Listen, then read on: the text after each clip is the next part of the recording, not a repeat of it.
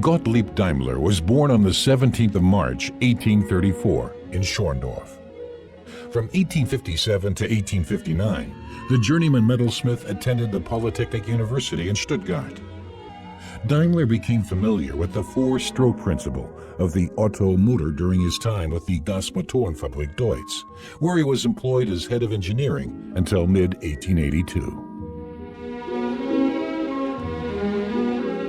With his generous compensation, he bought a villa in Cannstatt, where he set up an experimental workshop in the garden. Feverishly, he worked on the development of a gasoline-driven motor, which was supposed to run all vehicles imaginable, on land, on water, and in the air.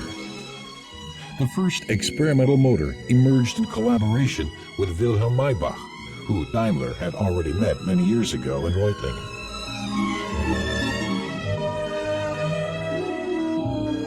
In 1884, an improved version, dubbed the grandfather clock on account of its look, achieved 1 horsepower at 600 rotations per minute, considerably more than all former gasoline motors.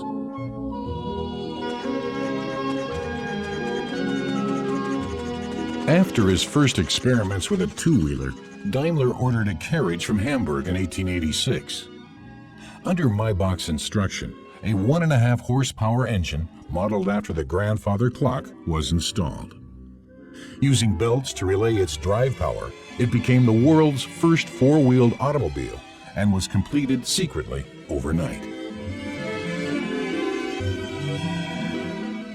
Exhilarated by the success of his motorized carriage, Daimler rented premises for production. Under the technical direction of Wilhelm Maybach, he employed 23 workers. As a mere experimental workshop, the factory was not sustainable for long, although the parallel production of boat motors did make profits. His last hope was collaboration with the powder manufacturer Max Dudenhofer and his friend Wilhelm Lorenz, which culminated in the foundation of a stock corporation in 1890.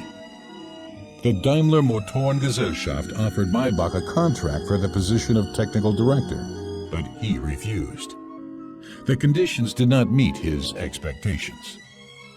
Without Maybach, and more than ever after the exclusion of Gottlieb Daimler, the technical progress of the company stagnated, along with it, its success.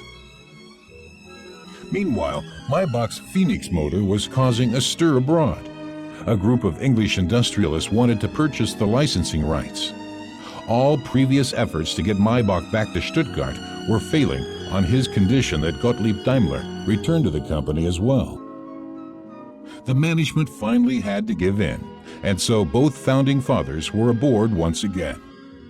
This new constellation brought the Daimler Motor Corporation in 1895 to an unimagined boom. Maybach committed everything to make the company competitive again with new technical developments. But his old friend Gottlieb Daimler died only 5 years later, on the 6th of March, 1900, just before the first Mercedes entered production.